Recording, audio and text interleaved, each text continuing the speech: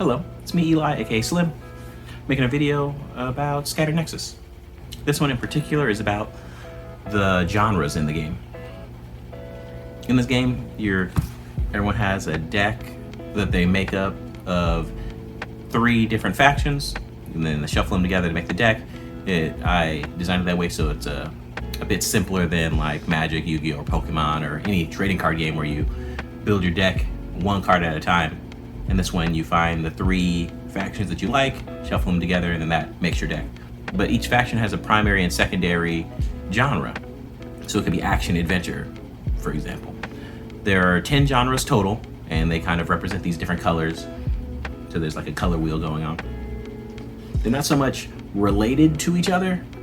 It's more like they have a specialty that they do by going into that genre. But what I realized is that people playing the game might not get that right off the bat. That's been one of the, bit of feedback I get from playtesters is that they don't know how to make a deck or what they should be looking for. So I wanted to just make a video kind of going over the genres, just general overview. Oh, sorry, I got a cat lap. So ignore the cat.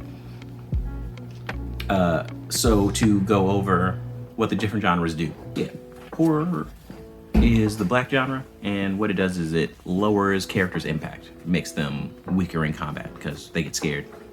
It also gets stronger based on how big the discard pile is. The more cards that are in the discard pile, the stronger horror tends to become. Each one of these genres has a trait, which is if you get an event from this faction and attach it to a character, he'll give the character this ability. So horror's trait is scare, which gives -1 impact to whatever character you attach it to. So it's more of a negative trait. You want to put that on enemy characters usually. Then we have action. Action is good at doing damage to players and characters. It also gets more power the more damage is going around. Specializing in like the attack phase. It does really good during the attack phase, which is shown by its trait. Trait is attack +1, which just says when they're attacking, this character gets +1 impact. The pretty straightforward faction. Let's go color wheel. Let's see. After red, we have orange, which is Slice of Life. Slice of Life is more of a support faction. They gain more power from having empty slots, so it's kind of more of a catch-up faction. So if you're behind in board state, then they usually help. It's a pretty chill faction. It also has the helpful trait, which means that if you give a character the helpful trait, you can play events into their slot. You can share their slot with a single event card. So they just give you a little bit more use out of your cards, which is fun. Adventure is the yellow genre, and they just kind of amplify what you're already doing. So whatever their secondary trait is, yellow kind of ups that. So you get to do more stuff. They also play around with a lot more global effects, as well as they have effects on locations. Locations are just kind of like the field cards that you have. And adventure, for some reason you travel a lot in adventure. So going to different locations is what adventure is really good at. Also, adventure locations, particularly from adventure factions, usually will have some sort of power connected to traveling to or from it.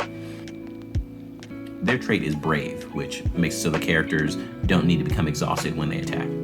So they kind of have like a vigilance if you're familiar with Magic the Gathering. Then let's go to heroes, which is the green genre. Heroes are just about preventing damage. Preventing characters from taking damage, preventing players from taking damage, or turning damage into some sort of resource. It makes it so that being damaged doesn't hurt as much. Their trait is shield. If you put it on a character, and that character would take a damage, it doesn't, and you discard the trait from it. So it gives it 1 shield. Next is blue, which is SciFi. SciFi is all about drawing cards, card advantage. In this game, card advantage isn't as heavy as it is in like other card games because you draw 5 at the end of every one of your turns. so it's not as critical. But yeah, SciFi is still how you improve upon that. It also has a lot of synergies with event cards in particular, gaining events, using events multiple times, things like that. And it gets strength from the hand. The better your hand is, the more powerful SciFi becomes. And their trait is Prepared, which lets you cancel an event. So if you put it on a character and then a player tries to use an event card, you can discard the trait to cancel, to make it so that the event has no effect. The event still, it has all the costs and penalties to it, but it doesn't do anything anymore, which is fun. But it does take a little bit of forethought. You can't like attach a trait in reaction to something. You have to kind of plan ahead. That's why it's called Prepare. Then we go to Fantasy, which is purple. Fantasy is all about changing things, like changing characters, adding genres to them or removing genres from them, as well as like changing control of things, kind of like changing sides, so gaining control of characters, etc. And they gain power from discarding cards. In Fantasy, your hand is the power source, so you can use a card, and then it usually has a ability that says if you discard one card, you can do it, add something to that ability. So it's fun. Their trait is to change it. You can usually they add the secondary genre to a character. If you have a fantasy hero faction, for example, then it would be fantasy as the primary, and all of its traits would say, hey, add hero to a character. And then usually some of the cards will play around with, you know, things gaining hero or affecting hero type characters. So yeah, that one's interesting. Okay, so I finished the color wheel, so let's see. Let's branch off into some other stuff. Let's start with romance, which is the pink genre.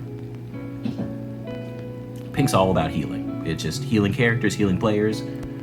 So it doesn't prevent damage, but if something's been damaged, it heals with the power of love. The trait they have is heal, which heals. If a character is in the back row, it'll move to the front row, going back up to, you know, full health. And it'll also add the romance genre to that character that just got healed. So it will become pink from then on. Now understanding the power of love. That one's fun. Let's see. Next, let's go to mystery, which is brown, which, you know, it's fine. I was trying to avoid using brown, but brown's a fine color. Brown mystery lets you search and peek at things. It lets you search your deck, look at hidden piece of information, look at players' hands, look at face down cards, all that stuff. So let me let that cat finish clawing that cat tree.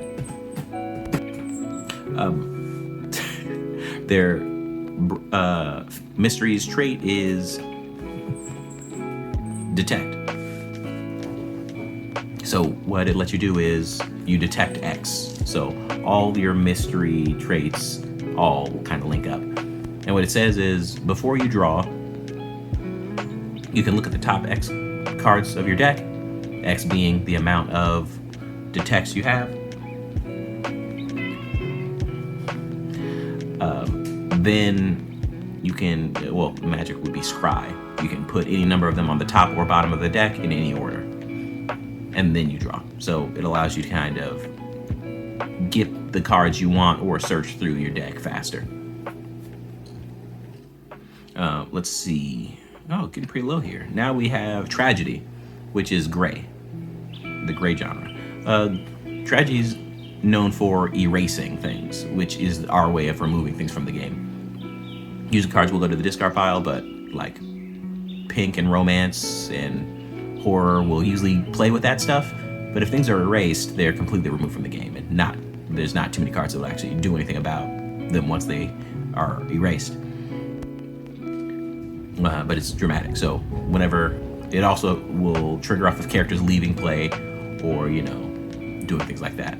And usually you gain power from that happening. So when a character becomes erased or leaves, then you get some sort of effect. The trait that tragedy uses is doomed, and all that means is if that character would ever leave play for whatever the reason, it's erased instead. So some cards will return things to your hand or put them on the bottom of the deck or whatever it might be. And if they're doomed, that doesn't happen, they're instead removed. So that's all the types. As I said, they're going to be mixed up in all types of different combinations. Plan on creating 90 to 100 different factions with every possible combination mixed and matched, which is why, you know, I think indie comics is such a good, you know, it's such a good space for this type of game, because you get some really wacky combinations, and I like wackiness. But hopefully I gave you a little bit of insight onto how the genres work, what type of decks you might even want to make, what combinations you might be interested in. And yeah, hopefully it gets you excited about what's coming next. I know it gets me excited, but I guess I'm a little biased. But anyway, that's the video. Thanks for watching, and I'll see you next time.